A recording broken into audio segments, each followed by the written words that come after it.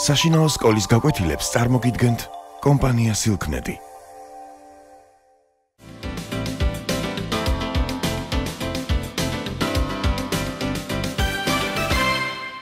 მოგესალმებით, ჩვენი გაკვეთილის თემა არის ფიზიკა ამოცანებში.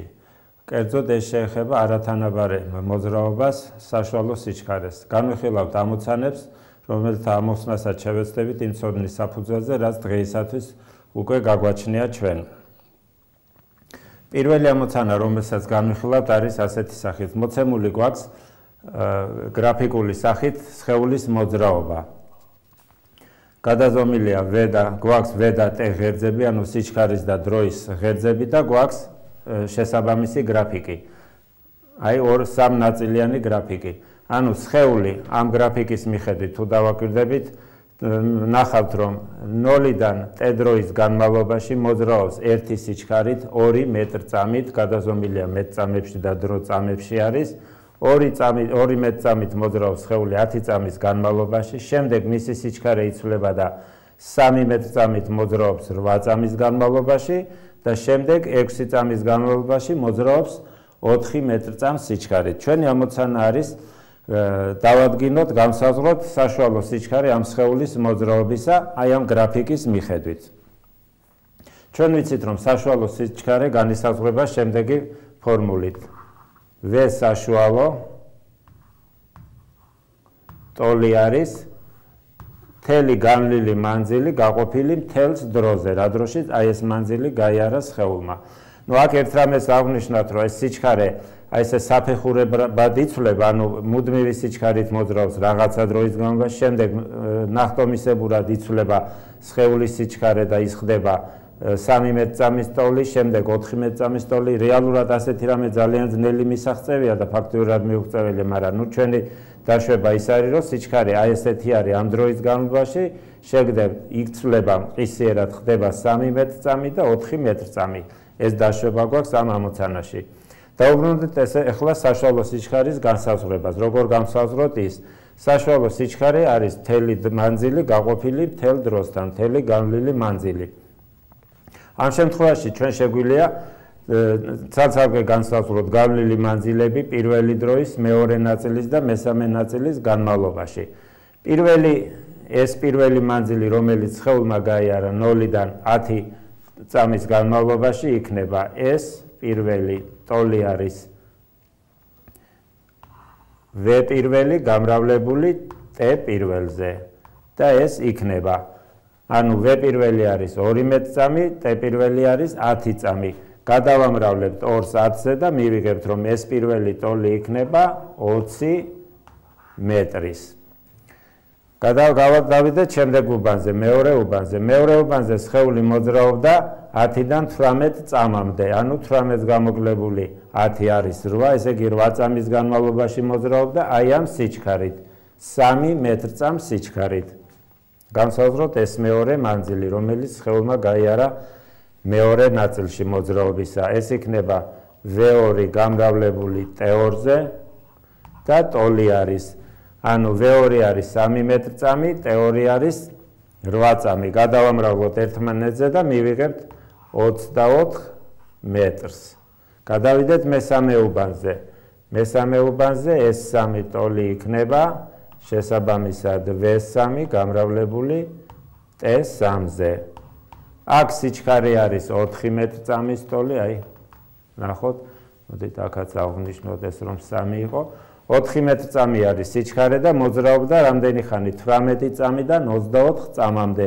შესაბამისად განსაზღვროთ T3 დრო იქნება 24-ს გამოკლებული 18, ანუ 6 წამი.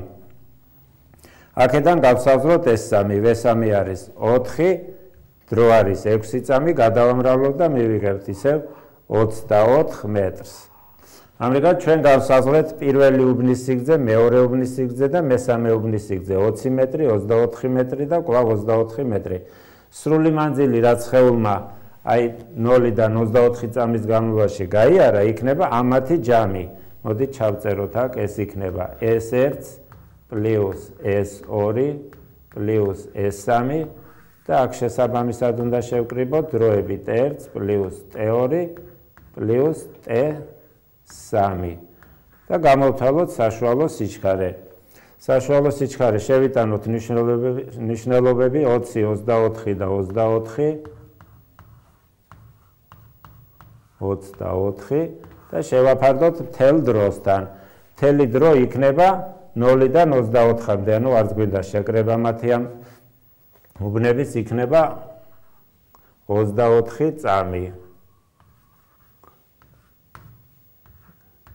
ეს იქნება 68 მეტრი შეფარდებული 24-თან. და ეს დაახლოებით უნდა იყოს 2.80, მოდით აქეთ ქვემოთ მივწეროთ. 2.83 მეტრ-წამის ტოლი. 2.8 ავიღოთ. ანუ გამოვთვალეთ საშუალო სიჩქარე აი მთელი მოძრაობის განმავლობაში. სხეული, რომელიც მოძრაობდა პირველი 10 წამი 2 მეტრ-წამს სიჩქარით, შემდეგ 8 წამი მოძრაობდა 3 მეტრ-წამს სიჩქარით და 6 წამი მოძრაობდა 4 მეტრ-წამს სიჩქარით, ამ სხეულმა 24 წამის განმავლობაში გაიარა 68 მეტრი და ჩვენ დავითვალეთ საშუალო სიჩქარეს, დაახლოებით გამოვიდა 2.8 მეტრ-წამი. ანუ სხეულს საშუალო დუბლია 2.8 მეტრ-წამის სიჩქარით, აი ამ 24 წამის განმავლობაში. ამგვარად განისაზღვრება საშუალო სიჩქარე, როდესაც სხეულის მოძრაობა მოცემულია ასეთი გრაფიკული სახით. ახლა გადავიდეთ შემდეგ ამოცანაზე. ეს მეორე ამოცანა, რომელსაც ჩვენ განვიხილავთ, ასეთი სახის არის. მოცემული გვაქვს რაღაცა სხეული, თქვათ მოტოციკლისტი მოძრაობს სწორ გზაზე. მისი მოძრაობისას პირველ უბანზე, თქვათ დავყოთ ორ უბანზე მოძრაობს ეს მოტოციკლისტი, მან პირველი უბანი, რომელიც არის 80 კილომეტრი, გაიარა 40 კილომეტრ/საათ სიჩქარით. შემდეგ მეორე უბანზე ის მოძრაობდა 2 საათის განმავლობაში და მისი სიჩქარე იყო 60 კილომეტრ/საათით. ჩვენ გვინდა განვსაზღვროთ მისი საშუალო სიჩქარე, ანუ მთელ უბანზე მოძრაობის საშუალო სიჩქარე. დავწეროთ მოცემულობა. მოცემული გვაქვს პირველი უბნის სიგრძე არის 80 კილომეტრი. აი ამ უბანზე სხეული მოძრაობდა, ანუ მოტოციკლისტი მოძრაობდა, პირველი ტოლია 40 კილომეტრ/საათ სიჩქარით. აი ამ სიჩქარით მოძრაობდა პირველ უბანზე. შემდეგ ის მოძრაობდა 2 საათის განმავლობაში მეორე უბანზე, ამიტომ დავწეროთ T2 ტოლი არის 2 საათის და ამ უბანზე ის მოძრაობდა 60 კილომეტრ/საათ სიჩქარით.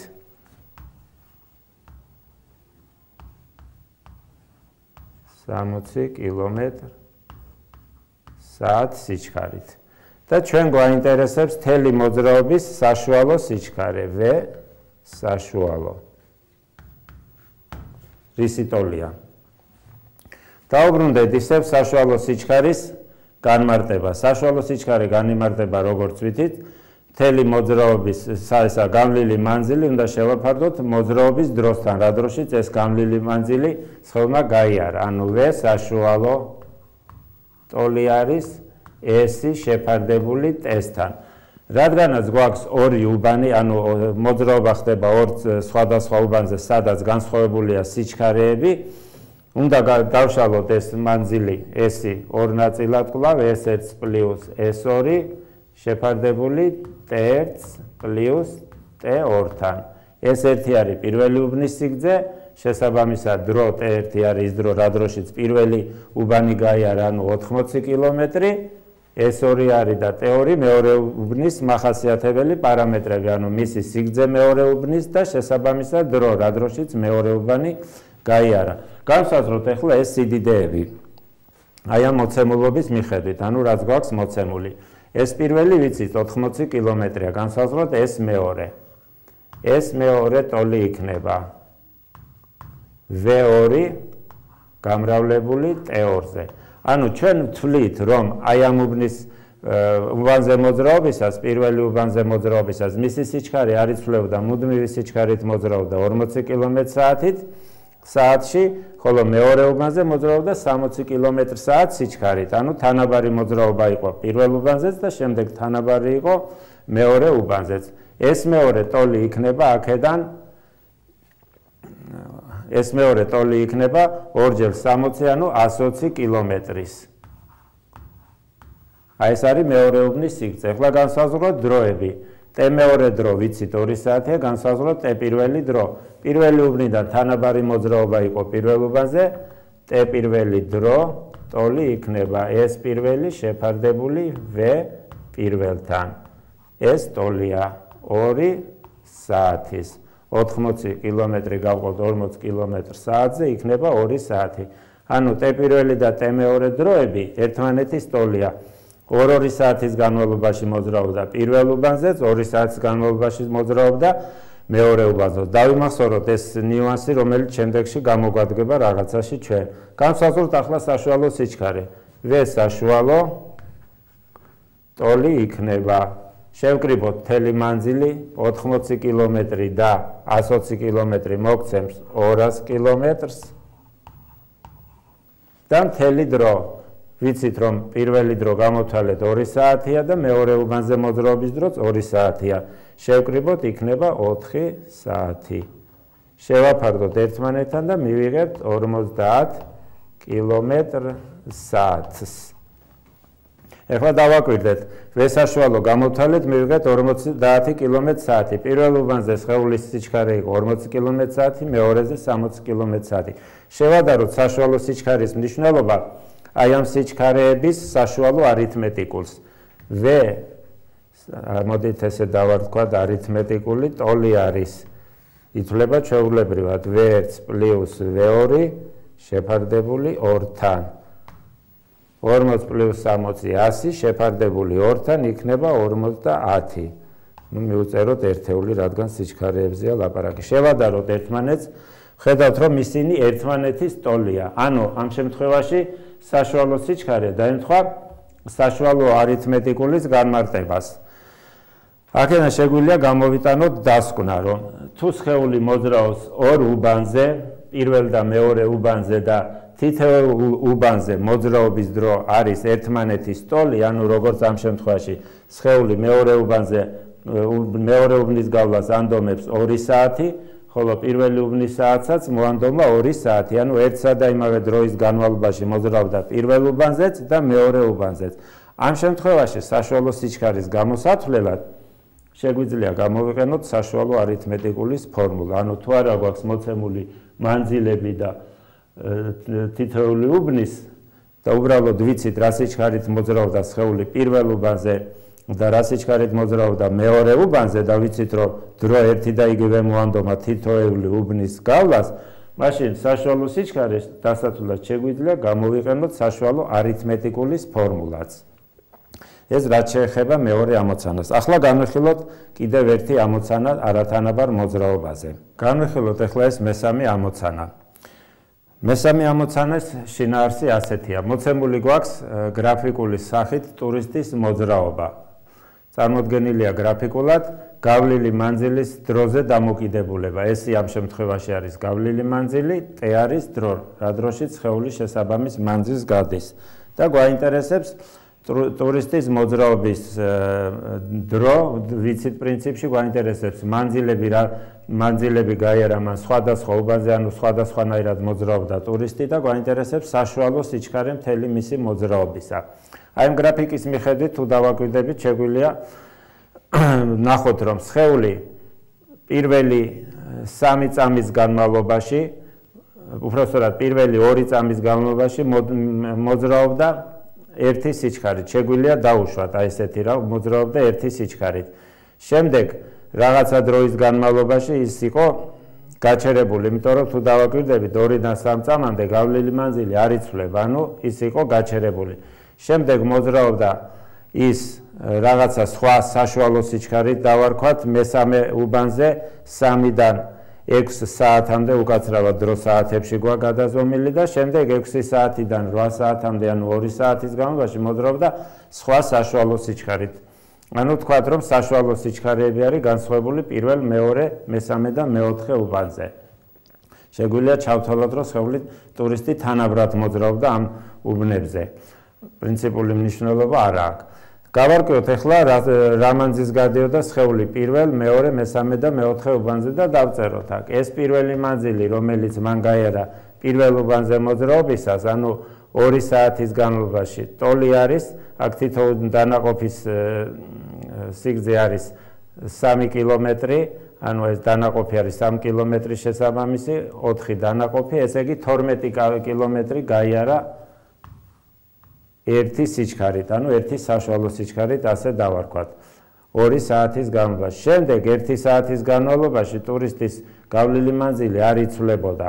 ანუ აქ დავაწეროთ 12, კვლავ 12-ის ტოლი იყო. ესე იგი ეს 2 შეგვიძლია დავწეროთ, რომ ტოლი არის 0-ის. ანუ 1 საათის განმავლობაში ტურისტი ან ისვენებდა, ან რაღაცას ათვალიერებდა ერთ ადგილზე. ეს მესამე მანძილი. ეს მესამე მანძილი არის აი ამ უბნიდან, აი ამ წერტილიდან, აი ამ წერტილამდე. თითო დანაყოფის სიგრძე ვთქვით, რომ 3 ტოლია, აი აქ არის 27 კილომეტრი აღნიშნოთ. 12 სხვაობა იქნება 15, ანუ ეს უბნის სიგრძე არის 15 კილომეტრი. და შესაბამისად დარჩენილი მეოთხე უბნის სიგრძე არის ეს მეოთხე ტოლია 3 კილომეტრის.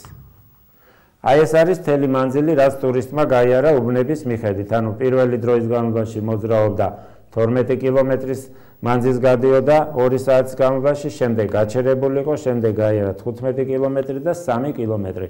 მოდით ახლა დავითვალოთ საშუალო სიჩქარეები, რისი ტოლი იყო ამ თითოეულ უბანზე. V1 საშუალო პირველ უბანზე ტოლი იქნება ეს პირველი გავყოთ T1-ზე და ეს ტოლი, ეს პირველ მანძილი ვთქვით, რომ არის 12 კილომეტრის ტოლი. პირველი უბნის შესაბამისი დრო არის 2 საათი, 2 საათი, ანუ 6 კილომეტр/საათით მოძრაობდა ტურისტი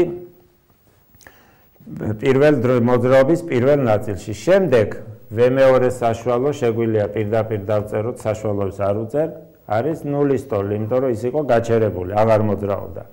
გადავიდეთ შემდეგზე, მესამე ნაწილზე. მესამე ნაწილზე სხეულმა მოძრაობისას ტურისტმა გაიარა 12-დან 27-მდე, ანუ 15 კილომეტრი.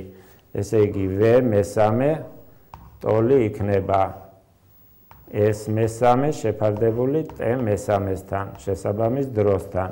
ეს მესამე 15 კილომეტრია. გავარკვიოთ ახლა დრო რა დრო დაჭირდა მესამე უბნის გავლას 3-დან 6 საათამდე. ანუ მოძრაობდა 3 საათის განმავლობაში. 3-ზე ეს იქნება 5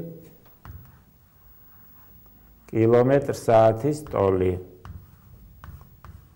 ანუ ცოტა დაიღალა ტურისტი. და გადავიდეთ მეოთხე უბანზე. მეოთხე უბანზე მოძრაობის სიჩქარე V4 იქნება S მეოთხე შეფარდებული T4-სთან. და რისი ტოლი იქნება ეს გავარკვიოთ. ეს მეოთხე უბანზე, ანუ მეოთხე უბანზე სხეულმა გაიარა 3 კილომეტრი 27-დან 30-მდე, სხვაობა არის 3 და დრო დაჭირდა 2 საათი ამ უბნის გავლას 2-თან. ანუ ტოლი არის 1.5 კილომეტр/საათის. აი სიჩქარეები თითოეულ უბანზე.